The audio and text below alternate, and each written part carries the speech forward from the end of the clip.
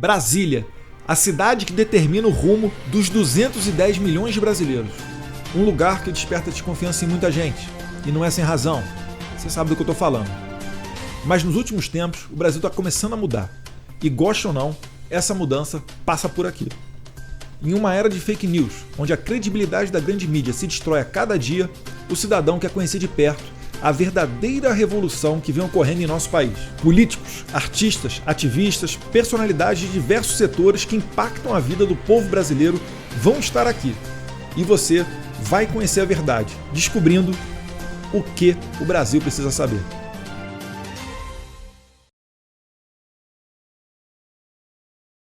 Fala pessoal, dando continuidade aqui no O Brasil Precisa Saber. A gente está recebendo hoje aqui o assessor especial da Presidência da República, Arthur Weintraub. E o sobrenome não é à toa não, né? É irmão do ministro da Educação, Weintraub. O pessoal confunde muito? Confunde o tempo inteiro. O tempo inteiro? O tempo inteiro. Até a imprensa, né? Eu lembro até de uma matéria na imprensa, quando o seu irmão foi nomeado ministro da Educação, que apareceu a sua foto. Eu não lembro agora exatamente qual a imprensa que foi, mas teve esse erro dos nossos maravilhosos profissionais, né, da imprensa. É bom, é um erro bom.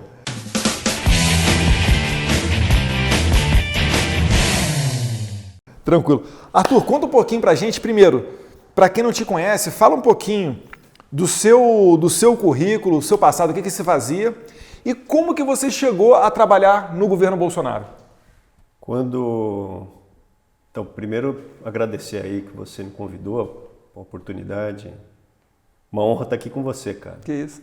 E o que aconteceu foi uma questão acadêmica que a gente estava... Eu tenho uma vida acadêmica anterior até aqui do meu irmão. Eu fiz Direito na USP, fiz mestrado em Direito na USP, doutorado em Direito na USP. Aí eu fui professor de Direito da USP e eu cheguei a dar aula de Direito da Saúde Pública na USP. Cheguei a escrever livro, publiquei livro citado, inclusive, eu já fui citado no Supremo, mas não como criminoso, como doutrina. Então já citaram um livro meu no Supremo, no STJ, no TST. Eu tenho, assim, o pessoal, minha cabeça é menos branca que do meu irmão, mas eu tenho 14 livros, entre coautoria e autoria, de direito. Uhum. E muitos de direito previdenciário, saúde pública, por exemplo, direito da saúde pública. E também já dei aula fora, cara, já dei aula na Universidade de Milão, Itália, já né? dei na Itália, no Chile. Fala italiano? No Canadá. Um po'. Io parlo un po'. Não, deixa eu falar uma vez. O Arthur ele acompanhou a gente na viagem que o candidato Jair Bolsonaro fez no começo de 2018, onde a gente foi para a Coreia do Sul, Japão e Taiwan. No restaurante, lá no Japão, ele sabe pedir a comida. Sim, japonês, né? Não, eu tenho facilidade para idioma. Então, se eu me dedico um pouco, eu pego fácil. Agora você vai embora fácil. Então, fluente mesmo, que eu consigo... O que é fluente? É quando você consegue dar uma aula. Então, pessoal, eu falo espanhol, então vai dar uma aula em espanhol. Aí você vê que você não fala espanhol. Então, o que eu consigo dar aula? Eu consigo dar aula em inglês, espanhol e italiano. Isso eu consigo. O japonês é perfumaria, entendeu? Eu consigo fazer frase, entender alguma coisinha, que foi o que você viu. É que nem o Watashi wa Eduardo. Exatamente. Arigato. Gozaimasu. Acabou.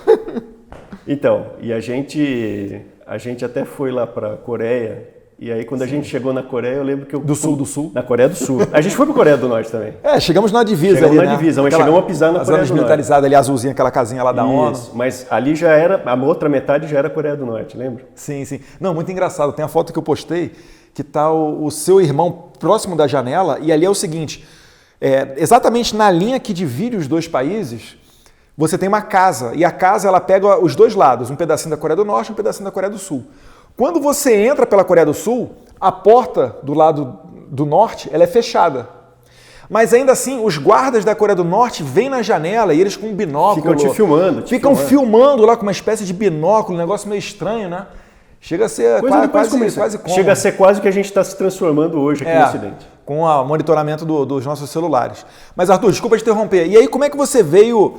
Você tem a vida inteira de estudos, livros publicados, dedicação no direito, previdenciário, saúde, etc. Mas como é que você chegou no governo Bolsonaro? Quando eu me formei, a galera toda foi prestar concurso.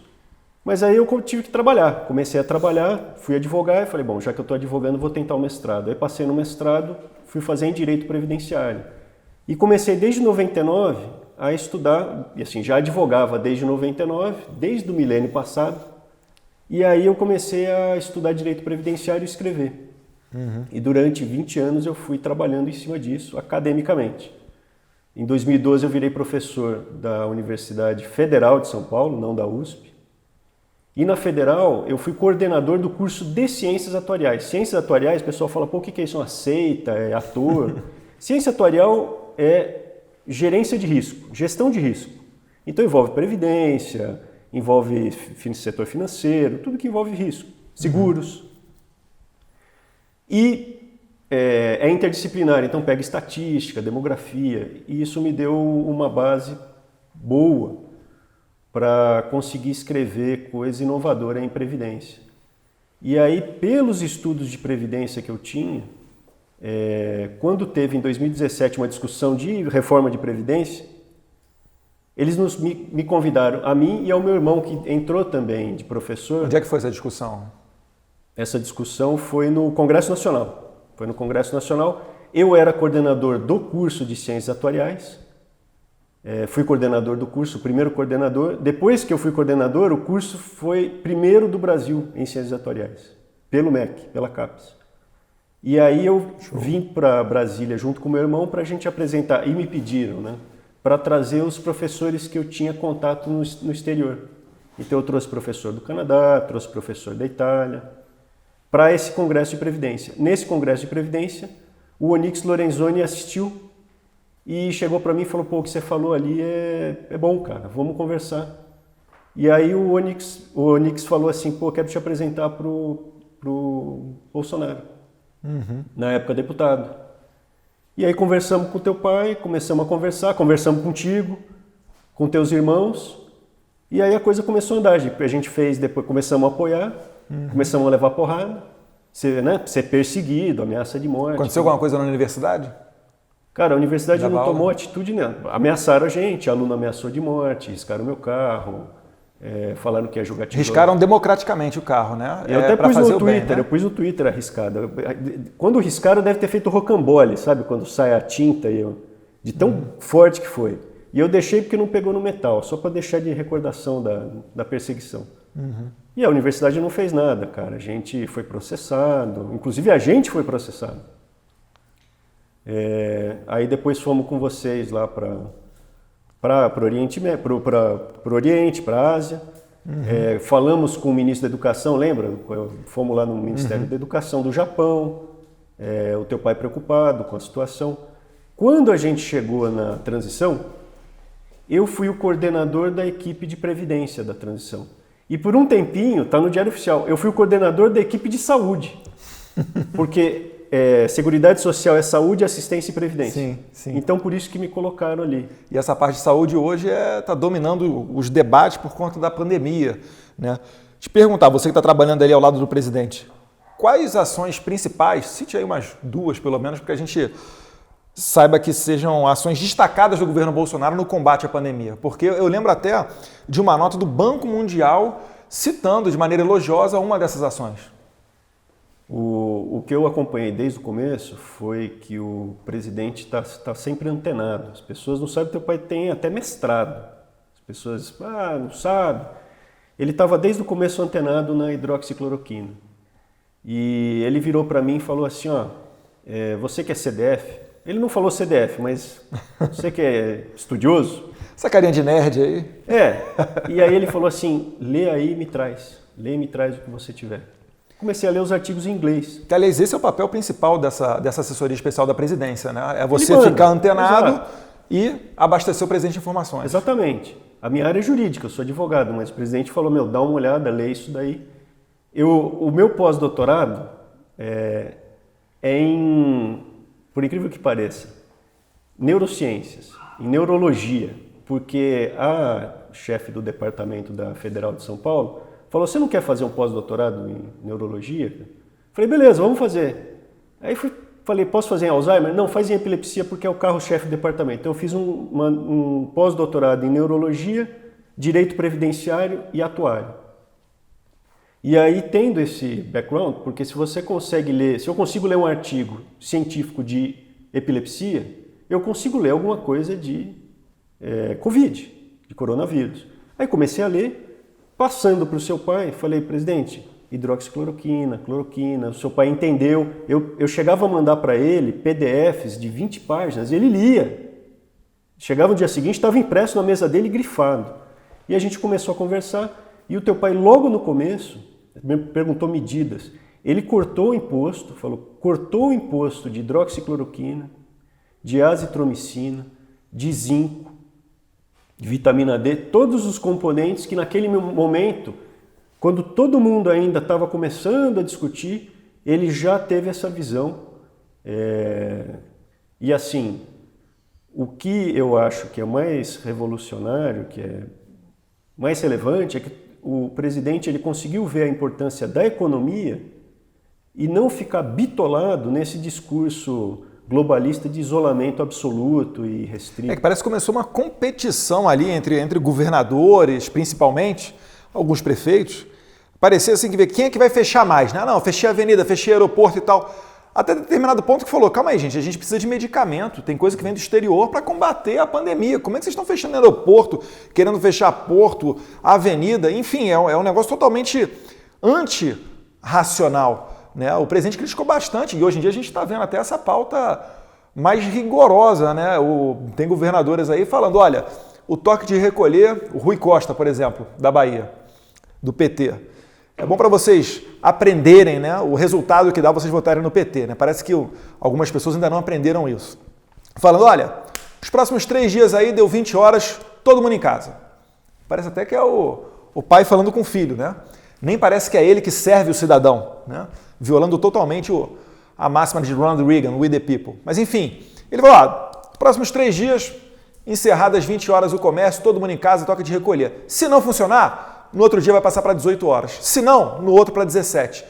Assim, sem base científica nenhuma. Parece até que ele é o rei da cocada preta e que pode simplesmente mandar e ferir a liberdade das pessoas. Então, nesse cenário que a gente está vivendo hoje, Arthur, você consegue enxergar a esquerda colocando adiante as suas pautas e utilizando como justificativa a pandemia? Totalmente. Você tocou num ponto crucial, que é essa questão do Estado sendo o papai. Então, eu sou o seu papai, você senta aí e fica quieto. O Rousseau, assim, eu na faculdade de Direito, você também deve ter tido, aquele ensinamento, o ser humano ele é bonzinho, ele nasce bonzinho, e quem corrompe ele é a sociedade. Porque não existe sociedade, você me mostra quem é que eu quero pegar, porque a sociedade sempre corrompe o cara. E o Rousseau, são 250 anos. O Rousseau veio com esse papo de contrato social, que não foi ele que inventou, isso aí já vem dos gregos.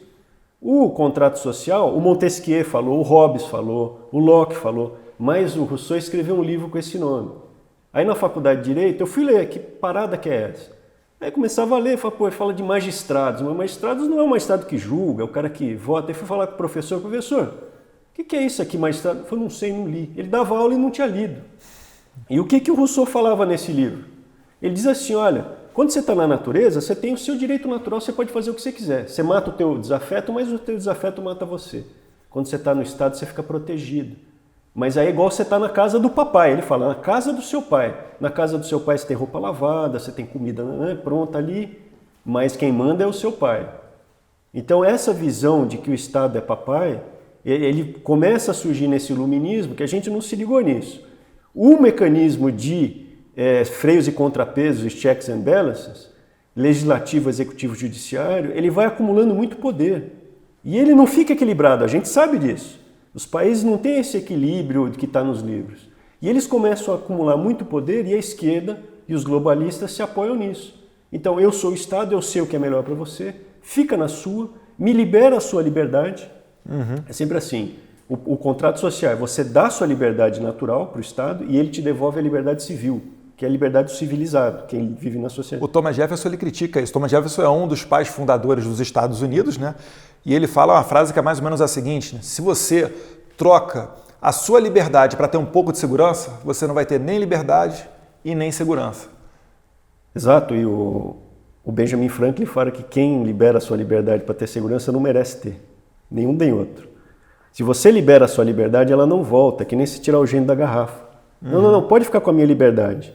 Então eles vão andando. Isso aqui que a gente está vivenciando é visivelmente um experimento deles. Vamos testar, vamos ver onde chega. E o que a gente viu é, a perda de liberdade que a gente nunca podia imaginar. Você não pode sair de casa. Se você sair de casa, eu vou te prender. Você viu o cara sendo preso por abrir a lojinha, eles dando chave de braço e o cara tendo epilético, epilético. E ninguém falou nada. Aí tá tudo bem. 100 horas na rua, 100 horas. Olha, minha mãe tem 78 anos em casa, eu preciso... Não, tá presa. E assim, ninguém fala... Esses direitos humanos, feministas... Pessoal, lutamos contra a ditadura, Isso. à custa de muito sangue para ter essa liberdade, Eduardo, que você está falando agora. O pessoal tá um silêncio, né? E a liberdade que a gente está falando está cada vez mais cerceada. A gente tem... meu irmão leva inquérito na cabeça por botar, né, qualquer coisa. Cebolinha, ele leva inquérito. De racismo do Cebolinha. Racismo. Como é que foi essa história mesmo? Ele botou o Cebolinha. O Cebolinha é aquele meme do Cebolinha chora mais, né? Que o Cebolinha vai andando O Cebolinha no campo. da Turma da Mônica. E, assim, é um negócio que a gente gosta do Cebolinha. Não é e foi em relação ao partido. Não tem nada a ver com o povo. Partido Comunista Chinês. Então, assim, se um ministro não pode fazer uma coisa dessa, o cidadão olha e fala, então eu não posso nada, eu tenho medo, eu tenho receio de ser processado, de ter um inquérito em cima de mim. Então a gente começa a ter receio, começa a ser bloqueado na internet. Você botou no teu... Aliás, eu sugiro para as pessoas a terem o tweet, se manifestar. Porque é o último espaço que a gente tem. Muitas vezes as pessoas falam, Arthur, faz alguma coisa, você está no governo. Estamos fazendo, cara. O sistema permite que a gente faça isso. Eu estou dentro de um sistema. Né? A gente está dentro de um sistema. Então, se vocês puderem faz uma conta de Twitter, entra na internet, se manifesta, isso ajuda já. E sigam o Arthur Weintraub no Twitter, Arthur Weint, com W, que é sensacional. Vocês vão gostar, com certeza. Eu adoro. Recíproco. E aí o que acontece, você mesmo falou, a gente está tendo uma diminuição das liberdades e numa pretensa igualdade para ninguém ficar doente. Pensa numa coisa, quanto mais liberdade, menos igualdade. Se você tem liberdade de ser um baita profissional, então você é pobre, nasce, estuda pra caramba, e você se sobressai, trabalha 20 horas por dia, você vai ganhar mais do que alguém que é medíocre, não estuda, preguiçoso. Só que quando você está ganhando mais, você está gerando desigualdade, concorda? Então, quanto mais liberdade você tem, menos igualdade. Quanto mais igualdade, todo mundo vai ter que ganhar igual, independente de se esforçar ou não. Você está gerando igualdade, mas você tira a liberdade das pessoas. O Olavo ele fala isso, né? Ele critica que é o seguinte, a gente não tem que falar que a gente está lutando para combater a desigualdade. A gente tem que falar o seguinte, a gente trabalha para combater a pobreza. Porque combatendo, se você concorda comigo, se pegar um rico, tirar todos os bens dele e deixar esse rico, ele virar pobre, uma sociedade toda pobre é igual. Em Cuba, eles conseguiram isso. Em Cuba, é todo mundo igual. Exceto o partido, né? Em Cuba, Coreia do Norte, é todo mundo igual. O quê? Na miséria. Na Venezuela também. Todo mundo está caminhando para ficar igual. Agora, comendo gato na rua, comendo pombo, etc.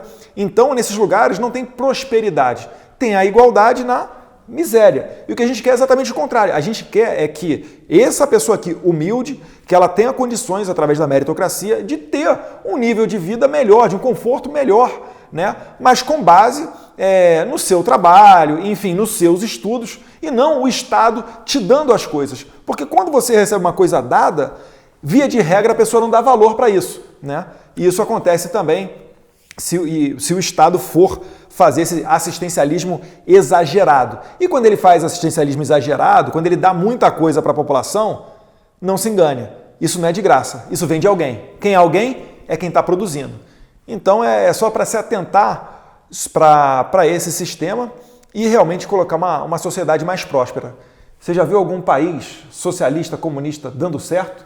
Não, e é um discurso que eles usam sempre. Eu ouvi muito isso. Não, o comunismo verdadeiro nunca foi implementado, por isso que ele não deu certo.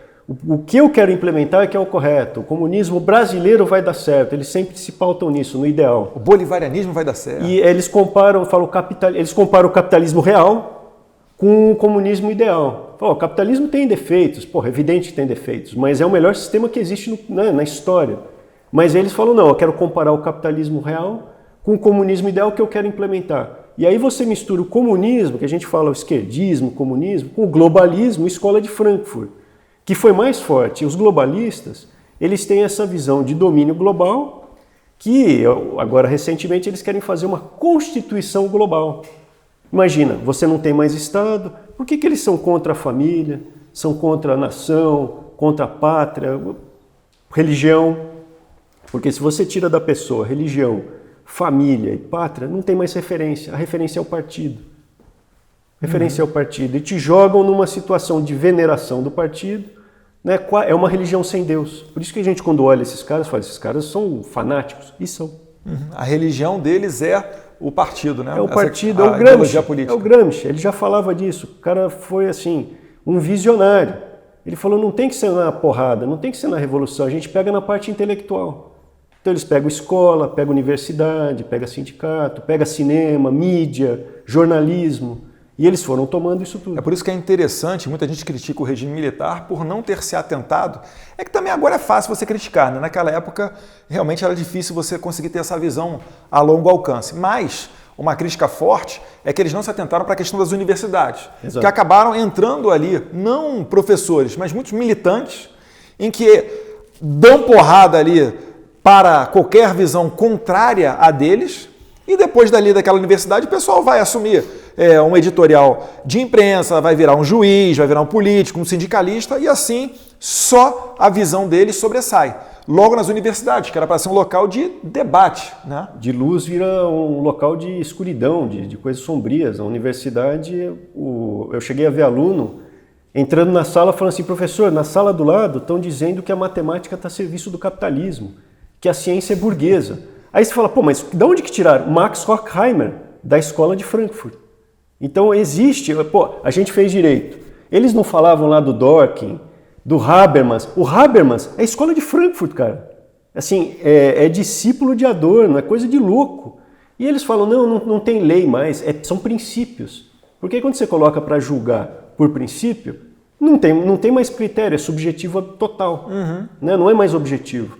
Então eles vão escolhendo esses critérios pseudocientíficos, que é muito o que a gente viu agora. Eu sou a ciência somos nós, tem que fazer o isolamento. Cara, tem o Karl Popper, que ele fala, não, ciência é evolutiva. Né? Lá atrás a gente achava uma coisa, vai evoluindo. Então metade do que tem é verdade, a outra metade está errada. A gente está errado, tem que evoluir. E eles dizem, não, nós somos as ciências, façam o isolamento que eu que mando. Só que aí a gente vai descobrindo que tem coisa muito errada. Tanto que hoje de manhã a gente comentando aí que a Unicef disse que o isolamento é errado, que pode matar 1.200.000 crianças. Parece que a dose está sendo muito forte, né, no paciente, na sociedade, e tal, o efeito colateral ficando maior, né? O presidente Bolsonaro também está nessa questão de tentar estimular a reabertura dos comércios. Ele chegou a citar a situação da Suécia, que é um dos melhores países europeus que tem lidado com a questão da pandemia, e lá não existiu confinamento, existiu distanciamento social. Campanhas para, em massa, as pessoas higienizarem as mãos, manter a distância, preservar os chamados grupos de risco, mas lá não fechou bar, restaurante, não fechou tudo não, né? Continuou funcionando com as medidas pertinentes. No Brasil não, no Brasil é tudo fechado na marra. Mas eu queria, Arthur, retornar para a questão da hidroxicloroquina, porque tem um remédio novo que está sendo comentado aí, tal de Remdesivir, não sei nem se é esse o nome certo. É isso aí. Qual é a diferença entre a hidroxicloroquina e o Remdesivir? Por que o Remdesivir muita gente está falando que é melhor? Enfim, explica um pouquinho para quem não conhece, quem não é do ramo da medicina, qual é a diferença entre esses dois produtos e o que você acha, a sua opinião sobre eles? Vou te dar primeiro a minha opinião sobre eles. A hidroxicloroquina e a cloroquina são derivados do quinino, aquele da soda limonada. Aquela que vem lá é uma planta, José Bonifácio. O José Bonifácio, exatamente, você está antenado. José Bonifácio foi um founding father nosso, enfim, tem que ser reconhecido. E a hidroxicloroquina é um derivado menos tóxico do que a cloroquina. Mas essa toxicidade que eles falam, ela é muito tóxico, é um remédio de 70 anos que eles usam contra a malária. 70 anos utilizando essa parada, que tem gente usando há décadas. Por quê? ele tem características anti-inflamatórias. Então o pessoal usa para reumatismo, para lúpus e para malária. Por quê? Para malária, ele consegue matar o protozoário. O protozoário da malária, ele acaba atacando a hemácia. Ele tem mecanismos que também causam problemas parecidos com a Covid, inflamação. E aí o que acontece com a Covid? Para explicar rapidamente, o ataque do vírus, ele quebra a parede, né, a porfirina, ele quebra a parede da hemácia, da hemoglobina, que transporta oxigênio, que tem aquela molécula de ferro.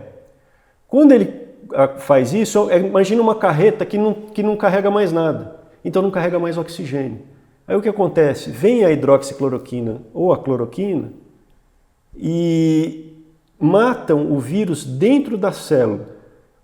Ele vai e ataca a mitocôndria, que é a fábrica de energia da célula, e o ribossomo, que é reprodutor, porque o vírus ele usa a célula para se reproduzir.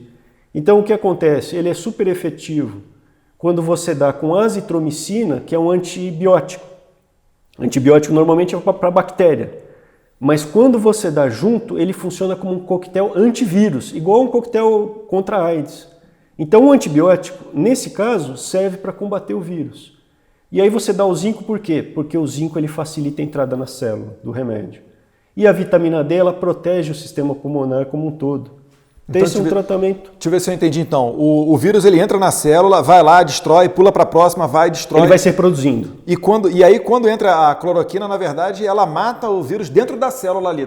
Ela acaba com a replicação do vírus nas células. E diminui... Então neutraliza o negócio neutraliza em diante, e diminui a inflamação. Isso. Então é por isso que tem que ser usado no começo. No começo, perfeito. Você está vendo como quando explica? Se já tiver alastrado o vírus, não tem mais o que salvar, né? E aí é pior. Quando alastra o vírus, o que acontece com esse vírus? Ele é altamente replicável no organismo. Ele passa fácil pelas pessoas, 90% não sente nada.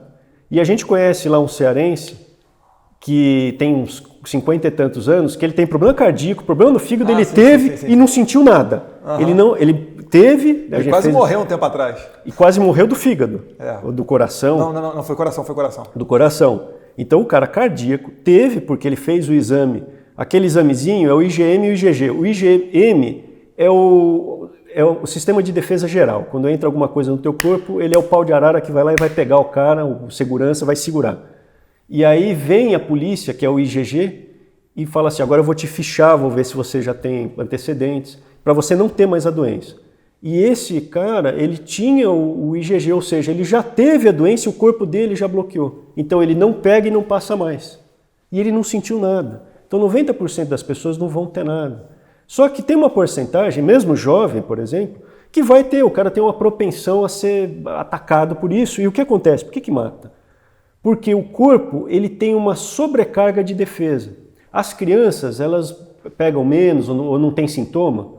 Qual é o sintoma? Que assim, é assintomático, mas tem a anosmia, que é não sentir paladar e não sentir cheiro.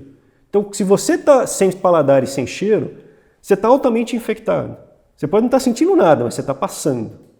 Então, as crianças, elas têm um sistema imunológico não tão desenvolvido. E aí, quando o Covid ataca, o sistema imunológico fala assim, não, beleza, isso não é nada. Só que quando ataca uma pessoa de mais idade, o sistema imunológico já está rodado. Ele fala, eu tenho que combater isso aí no máximo. E ele começa a destruir todas as células, só que o próprio organismo. E aí o pulmão da pessoa fica ali com efeito, começa a se desintegrar. Por isso que tem que ser feito no começo. Quando você pega depois, a pessoa já está com pneumonia, não adianta botar respirador. Os médicos falam assim, eu ponho o respirador no cara. Aí ele não tem hemoglobina para transportar oxigênio. Que adianta eu ficar mexendo no pulmão? Até arrebenta as fibras do pulmão. Então o que eles fazem? Eles põem o respirador no mais levinho possível e põem um monte de oxigênio para o cara. Porque ele está faltando oxigênio. Quando faz o exame de saturação de oxigênio na pessoa, está com 80%. O sangue fica mais azul, porque o sangue vermelhinho tem oxigênio. Então assim, a pessoa fica sem oxigênio, o pulmão por dentro fica parecendo um granito, que vai destruindo todas as células lá dentro. E eles falam, não, trata no final. Aí o que acontece? A hidroxicloroquina, você dá no começo, não chega nesse estágio que você tem que estar numa UTI com respirador. Por isso que tem que ser dado no começo. Aí fala, e os outros remédios? Tem outros remédios. Tem, por exemplo, ivermectina, que é remédio para piolho, remédio para sarna. Tem a Anitta, nada a ver com celebridades. Anitta também é um remédio de barato. Fungo, né? Cara, do mesmo estilo da ivermectina, Só que é barato e não tem patente. Hidroxicloroquina e cloroquina não tem patente. É remédio barato, é tratamento de $5. E esse Remdesivir aí? O Remdesivir é um antiviral, do mesmo jeito, ele evita a replicação. O lance é você evitar a replicação. Só que o Remdesivir, ele é caríssimo, ele ainda está em fase de teste e ele é produzido pela Gilead. E a Gilead é ligada ao George Soros. O remédio é muito caro. Esse remédio é muito caro. Então eu não consigo entender... Porque... E sofre mais o paciente, né? Que vai tomar lá... E quer que dê quando está em estado grave. Aí eles mostram um estudo... Pô, Eduardo, eles falam assim, não tem estudo científico a favor da hidroxicloroquina. Tem um monte de estudo científico a favor. Só que ele não é aquele estudo... Pô, eu já publiquei artigo. Eu publiquei um artigo em 2017. Qualizar da Itália. Publiquei um artigo na Itália. Esse artigo para publicar demorou 1 ano. Você imagina esperar 1 ano para passar por todas as fases. É um artigo de direito, hein? Não é nem um artigo de medicina. Eu, quando fiz o estudo de medicina na neurologia da Federal de São Paulo, teve que passar por um comitê de ética. Eu dizia que não vou mexer com corpos humanos, entendeu? Porque isso é mais grave quando você mexe. Eles fizeram pesquisa, teve pesquisa aí que deram dose letal para as pessoas de dose de cloroquina. Se você dá na dose certa, se você dá na dose certa, qual que é a dose? Aquele médico famoso de São Paulo, secretário de saúde de um cara aí, ele deu 250 miligramas por dia e ele deu tratamento de 30 dias para ele mesmo. Assim, na receita está isso, pelo menos. Não falou publicamente, inicialmente? Exato. E aí o que acontece? Se você dá 1 grama disso aí, começa a ser letal. Só que quando eles deram 1,2 grama, uma coisa assim, 900, assim... E a pesquisa que fizeram, essa pesquisa aí, inclusive eu vi através do Conexão Política, feita em Manaus, era com pacientes em estágio terminal e uma superdosagem da cloroquina. Não era o produto mais moderno, a hidroxicloroquina, era um anterior, né, mais primitivo, vamos assim dizer. E quando resultou, e o pior, os caras ainda publicaram um estudo para tentar mostrar que, olha, esse tal de cloroquina aí não adianta não. A gente tratou aqui uns caras que estavam quase morrendo, uma meia dúzia, todo mundo morreu, demos as doses altas, enfim. É um absurdo. Só te dizer que a cloroquina é tão boa quanto a hidroxicloroquina. Ela é mais tóxica, no sentido assim, ela é mais primitiva, como você diz, mas ela funciona igual. Os médicos, que eu acabei fazendo amizade nesse tempo, eu converso com eles todos os dias, cara, eu troco mensagem de madrugada, o tempo inteiro com eles. Tem cara, o Luciano Azevedo, eu agradeço especialmente o doutor Luciano Azevedo, o doutor Paulo Zanotto e a doutora Anise. E a doutora Anise. Yamaguchi, que são os que eu tive mais contato e me passaram as informações. O Luciano, por exemplo, ele trabalhou uma década lá na Amazônia e ele falou, Arthur, o cloroquina, tem cara que teve 30 malárias, o cara toma isso há 20 anos, não dá nada. Mas se você dá na dose certa, ele não sente nada. Você não pode dar além. Não pode dar além, senão começa realmente... Mas qualquer coisa dada além, pode ser... Se você beber 10 litros de água, você pode morrer. Então o que acontece? A cloroquina lá, não tem médico na Amazônia. Eles deixam no postinho de saúde, sabe quem dá o remédio? O técnico de saúde que tem o 2º grau completo. Ele fala, tá aqui uma caixinha para você tomar para você não morrer. Aí não tinha nada. Tinha uma reportagem da Globo, de anos atrás, falando da Zika. Zika ou chikungunya. Aí na Globo eles falam assim... Acho que era Zika. Era Zika. Aí tem lá a jornalista falando, pode dar sem problema nenhum, inclusive para grávidas. Cloroquina, aí mostra uma especialista, nessa hora tem especialista falando. Pode dar cloroquina numa boa, inclusive para grávidas. Será que pelo presidente Jair Bolsonaro ter sido o primeiro a falar na questão da cloroquina e apostado no sucesso da cloroquina, Talvez por isso esteja ocorrendo essa má vontade contra a cloroquina por parte de imprensa, inimigos políticos e pessoas que notoriamente não gostam do Jair Bolsonaro? Eu não tenho a menor dúvida que, pelo Jair Bolsonaro e pelo Trump terem citado a hidroxicloroquina como algo promissor, logo ali em março, houve uma onda de falar, não, esse remédio não funciona, ele é proibido, não pode falar dele. Teve até uma reportagem ontem, eu botei no Twitter, quando o médico falou, o secretário de saúde de uma cidade falou de cloroquina, cortaram a reportagem.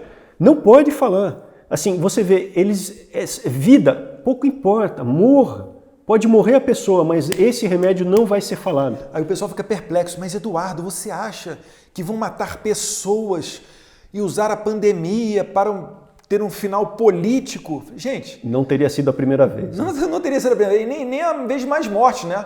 Se você for olhar aqui, Stalin, Mao Tse Tung, Pol Pot, Fidel Castro, essa galera toda aí, o que matou menos deve ter sido alguns poucos milhões de pessoas.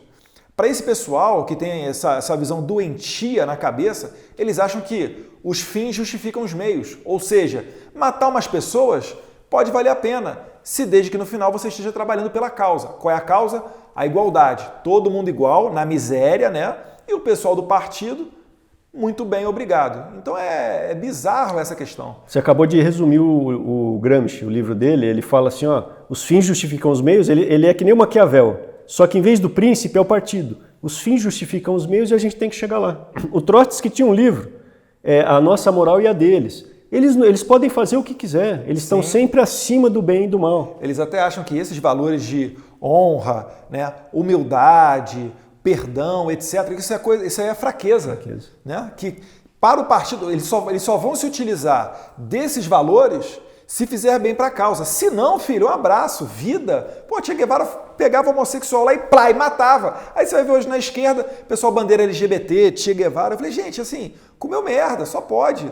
Ou então, assim, o culto à ignorância, que não conseguiu estudar um pouquinho do histórico das décadas passadas. Não, é uma questão de fanatismo, cara. E aí a gente vai entrar, Arthur, na questão da guerra cultural que a gente vive hoje. Essa pancadaria no Twitter, tentativa de controle das liberdades e etc. Como é que é essa guerra cultural e como é que ela se manifesta na sociedade? Você vê que permeia em tudo, inclusive a ciência. Eles começam a dizer que não existe mais sexo. Né? O que existe cientificamente? Masculino e feminino. Né? XX, XY. Falam, não, a biologia é opressora. Eles falam, a biologia é opressora. Então, quando você acaba com a ciência, o George Orwell, que aliás era Eric Arthur, o pseudônimo dele era George Orwell, Eric Arthur Blair. Ele dizia assim, na biografia dele, eu li a biografia do cara, eu gostei tanto dos livros dele que eu fui ler a biografia. Enquanto 2 mais 2 forem 4, eu estou protegido. Porque eu consigo concatenar as ideias e eu consigo me defender. Quando eles quebram esses padrões objetivos, vira esse fanatismo. Você não consegue discutir. Experimenta discutir no Twitter com um globalista, um esquerdista. Eles não seguem uma lógica. Eles te atacam, te chamam de nazista, de fascista. Eles jogam contra você. É por isso que a sociedade está tão polarizada, né? E é um momento... Não tem mais debate. Exato, porque é um momento em que eles chegaram muito longe. É um momento que a gente está olhando as pessoas não poderem sair de casa, não poderem trabalhar, não pode ir ao culto, você não pode rezar, você não pode ir na sua igreja, você não pode nada. E se você não sair de máscara, eles ainda são capazes de te bater, eles te multam. Fala assim, então o que eu posso fazer? Você fica em casa, assistindo a nossa televisão, a nossa mídia.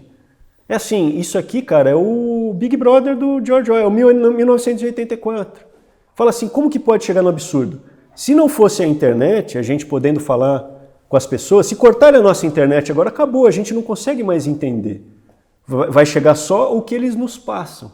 E o que eles nos passam é o que a gente teve na faculdade, é o que a gente vê na televisão. Imagine sem internet. A gente não teria nem hidroxicloroquina, cloroquina, não teria. E ao pouquinho eles vão avançando nessa restrição às liberdades, né? Ele fala, não, olha só, isso aqui é fake news. Tem até projeto, eu alertei num post anteriormente, dos deputados do Renova BR, né? A Tabata Amaral, do PDT de São Paulo, e o Felipe Rigoni, do PSB do Espírito Santo, dizendo que até mesmo no WhatsApp entraria esse tipo de controle para impedir a disseminação de fake news no WhatsApp.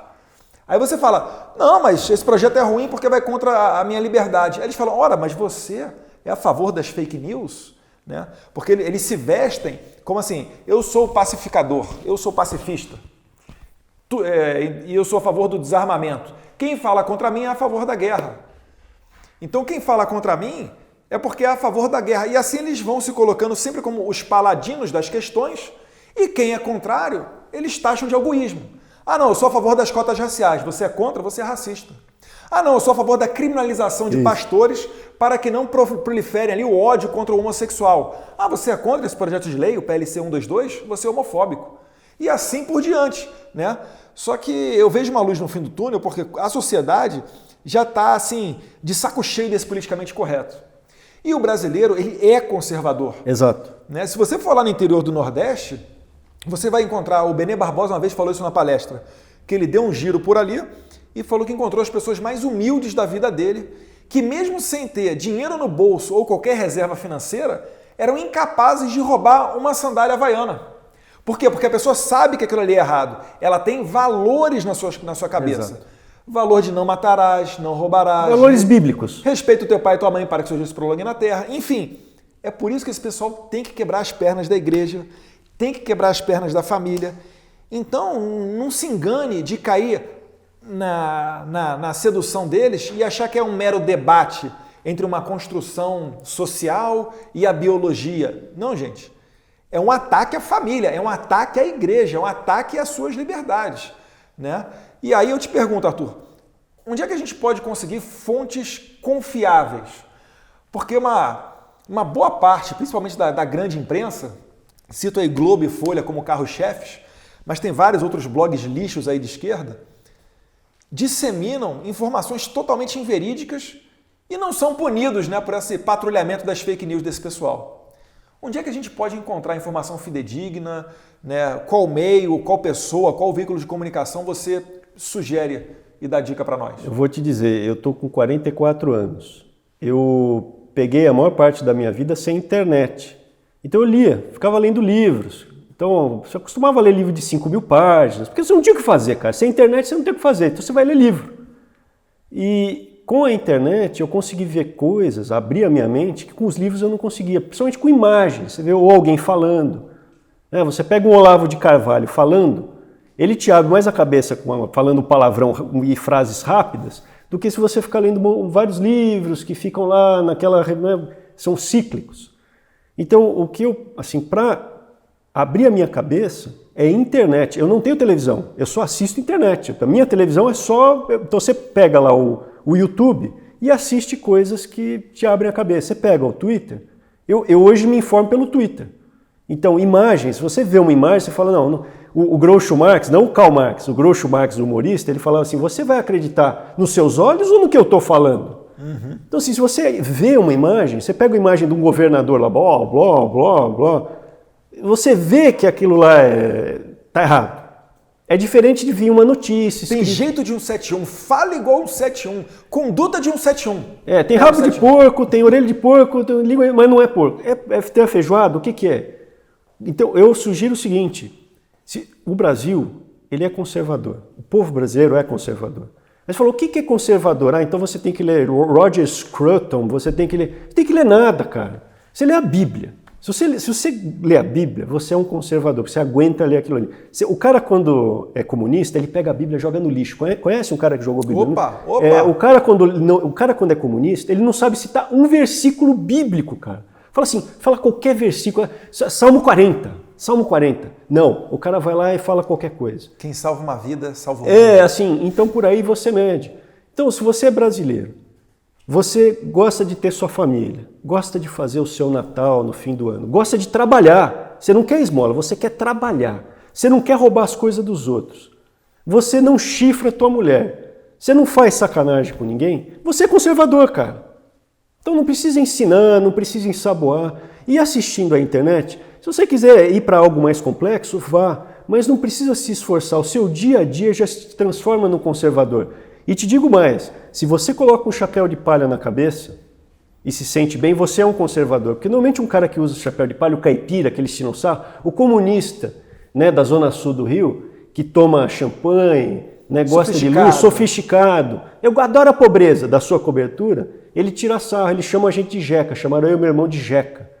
Né, que a gente come em restaurante barato, que a gente não é granfino, não toma vinho caro, igual os petistas tomavam. Então chama a gente de jeca.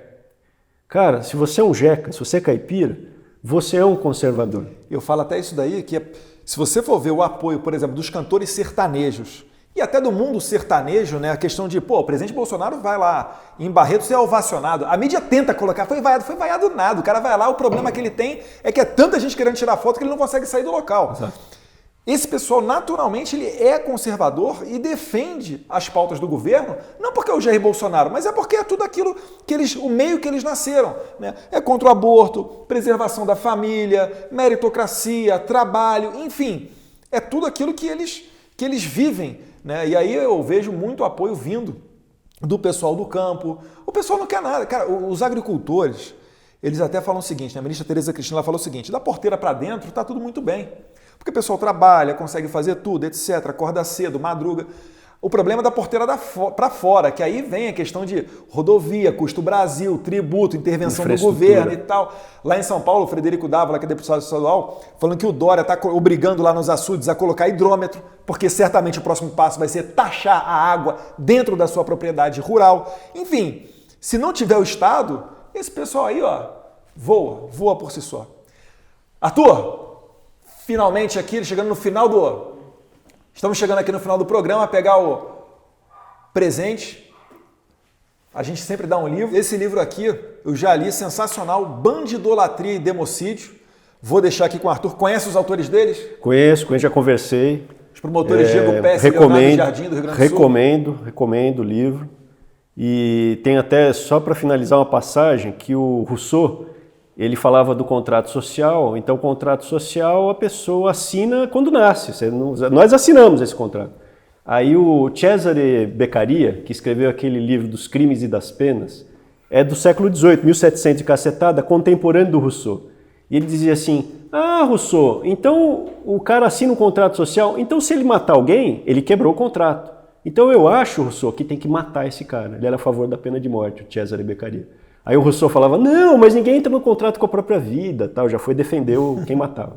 E deixa eu pegar aqui, porque é interessante, aqui na contracapa tem o Benê Barbosa e o Olavo de Carvalho, né? O Olavo mandando aqui, não há no Brasil assunto mais importante e urgente. Parabéns aos autores desse livro por terem furado a camada de desconversas.